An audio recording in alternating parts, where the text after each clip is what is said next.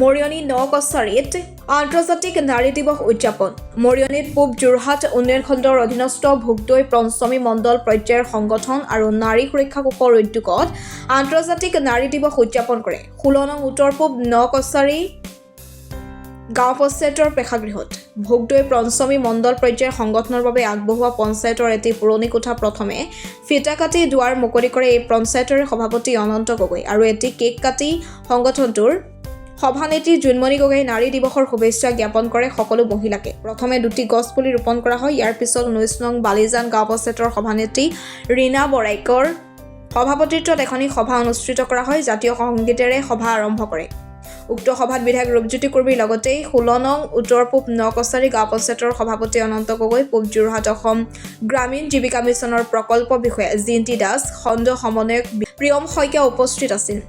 ইয়াত জীৱিকা সখী, পশু সখী, বেংক সখী গোটৰ CRP সকলকে আদি কৰি সংগঠনটোৰ শতাধিক মহিলা উপস্থিত আছিল। বিধায়ক ৰূপজ্যোতি কুৰ্মী, সভাপতি অনন্ত গগৈ আৰু প্ৰকল্প বিষয়া জিন্তি দাস আৰু প্ৰিয়ম শইকীয়াই নাৰী অধিকাৰ আৰু সবলীকৰণৰ বিষয়ে বহল ব্যাখ্যা কৰে। সংগঠনটোৰ তৰফৰ পৰা কেইবাগৰাকী উদ্যমী মহিলাক একোটাকৈ গছপুলি দি উৎসাহ জনায়। নাৰী দিৱসৰ দিনাই মাতৃলৈ মনত পৰি বিধায়ক ৰূপজ্যোতি কুৰ্মী আৱেগিক হৈ পৰা দেখা গ'ল। শেষত সকলোৱে মিলি এসাঁজ প্ৰীতিভোজ খাই বিহু নাচি আনন্দত মতলীয়া হৈ পৰে। আৰু আমি আজি ভোগদৈ পঞ্চমী মণ্ডল পৰ্যায় সংগঠনে আৰু ভোগদৈ পঞ্চমী মণ্ডল পৰ্যায় সংগঠনৰ লগত জড়িত থকা নাৰী সুৰক্ষা কোষে আজি আন্তৰ্জাতিক নাৰী দিৱস উদযাপন কৰা হৈছিলে। আমাক এই উদযাপন কৰিবলৈ নিৰ্দেশনা দিছিলে অসম ৰাজ্যিক গ্ৰামীণ জীৱিকা অভিযানৰ পূব যোৰহাট চেলেংহাট উন্নয়ন খণ্ডৰ প্ৰকল্প বিষয়া মহোদয়ে আমাক এই উদযাপন কৰিবলৈ নিৰ্দেশনা দিছিলে।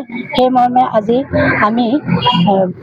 আমিও সেই পূব যোৰহাট চেলেংহাট উন্নয়ন খণ্ডৰ প্ৰকল্প বিষয়াৰ অন্তৰ্গত ভোগদৈ পঞ্চমী মণ্ডল পৰ্যায় সংগঠন আৰু ভোগদৈ পঞ্চমী মণ্ডল পৰ্যায় সংগঠনৰ নাৰী সুৰক্ষা কোষে সেই মৰ্মে এই আজি আন্তৰ্জাতিক নাৰী দিৱসটি উদযাপন কৰিছিলোঁ। আৰু আমি আজি নাৰী দিৱসটি উদযাপন কৰিবলৈ যাওঁতে আমি ইয়াৰ উদ্দেশ্য আছিল আমাৰ এই নাৰী দিৱসটো উদযাপন কৰাৰ আমাৰ মহিলাসকলৰ মাজৰে উদ্যোগী মহিলাসকলক আমি সন্মান যচা আৰু আমি ইয়াত এটা শিতান ৰাখিছিলোঁ আমি সকলো মহিলাই এটি বৃক্ষ ৰোপণ কৰা। গতিকে আমি বৃক্ষৰোপণৰ কাৰ্যসূচীও হাতত লৈছিলোঁ। মহিলাসকলক আমাৰ সম্বৰ্ধনা জনোৱা, সন্মান জনোৱা, উদ্যোগী মহিলাসকলক প্ৰতি আমাৰ সন্মানখিনি আমি সকলোৰে আগত চিনাকি কৰি তেওঁলোকক সন্মান যাচিছিলোঁ। সেই উদ্দেশ্যে আমি আজি এই সভাখন নাৰী দিৱস লগ হৈ আমি আজি উদযাপন কৰিলোঁ।